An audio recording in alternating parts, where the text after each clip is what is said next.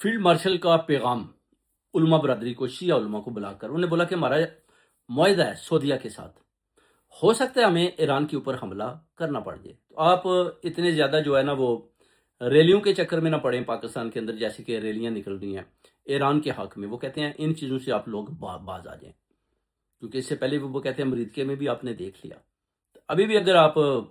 فوجی تنصیبات کی طرف بڑھیں گے، اگر کوئی ایسے معاملات خراب ہوئے تو میں نے بھی آرڈر کر دیا کہ سیدھی گولیاں آپ کے اوپر چلائی جائیں۔ تو یہ ایک قسم کی اس طرح کی بات کر کے تو فیلڈ مارشل صاحب جناب ادھر سے کھلی ولی ہو جاتے ہیں۔ اس کے بعد پھر ریٹیلیشن میں آپ دیکھیں جو شیعہ علماء ہیں انہوں نے بھی جناب ان کا دھواں نکال کے رکھ دیا کہ آپ مریدکے میں جو آپ نے پارٹی بنائی تھی، وہ کہتے ہیں کہ یہ جرنیلوں نے پارٹی بنائی تھی، ان کے پاس تو کوئی نظریہ نہیں تھا، وہ تو صرف اور صرف آتے تھے پیسے کے بل بوتے پر، اور جو مذہبی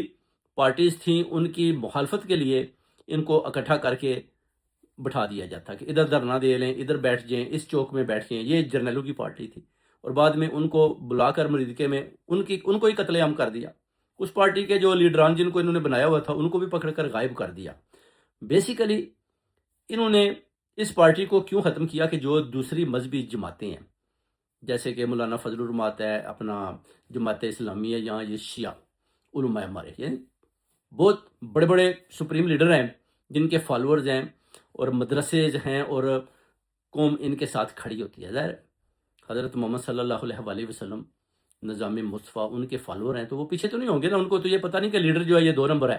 ان کو تو یہ پتہ ہے کہ یہ نظام مصطفیٰ ہے اور ہم نے چلنا ہے، اس کے اوپر چلنا ہے۔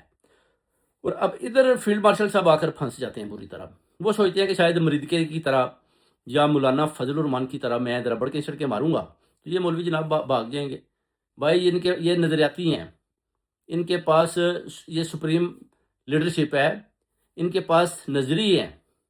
یہ مظلوم لوگ ہیں، یہ موت سے ڈرنے والے نہیں ہیں کہ آپ ادھر آ کر گیدڑ ببکیاں ماریں گے اور یہ بھاگ جائیں گے۔ انہوں نے صاف ان کی جناب وہ دھواں نکالا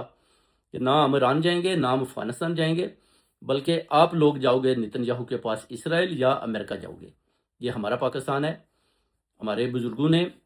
خون پسینہ ایک کر کے اس ملک کو بنایا ہے، اور آپ لوگ ہمیں پیغام دیتے ہو کہ جناب آپ یہ ملک چھوڑ کر چلے جاؤ یا ہم ایران پر حملہ کریں گے، ہمارا معاہدہ ہوا ہے، تو آپ نے جناب ایرانیوں کو قتل ہونے دینا ہے اور آپ نے نہیں بولنا۔ وہ کہتے ہیں یہ بات ہو ہی نہیں سکتی، آپ ایک دفعہ حملہ کریں پھر آپ دیکھیں کہ جو پاکستان کے اندر کی انٹرنل سچویشن ہے وہ آپ کو دکھائی دے گی کہ جناب ہم کدھر کھڑے ہیں، آپ لوگ کدھر کھڑے ہیں، اور یہ جناب ملک کدھر کھڑا ہے، اور عوام اور قوم کدھر کھڑی ہے۔ وہ کہتے ہیں آپ کو بھی پتہ جائے گا، ایک دفعہ آپ حملہ کر کے دیکھیں ایران کے اوپر، تو ابھی جناب بڑے بری طرح یہ اپنا حکومت بھی پھنس چکی ہے اور فیلڈ مارشل بھی بری طرح شکنجے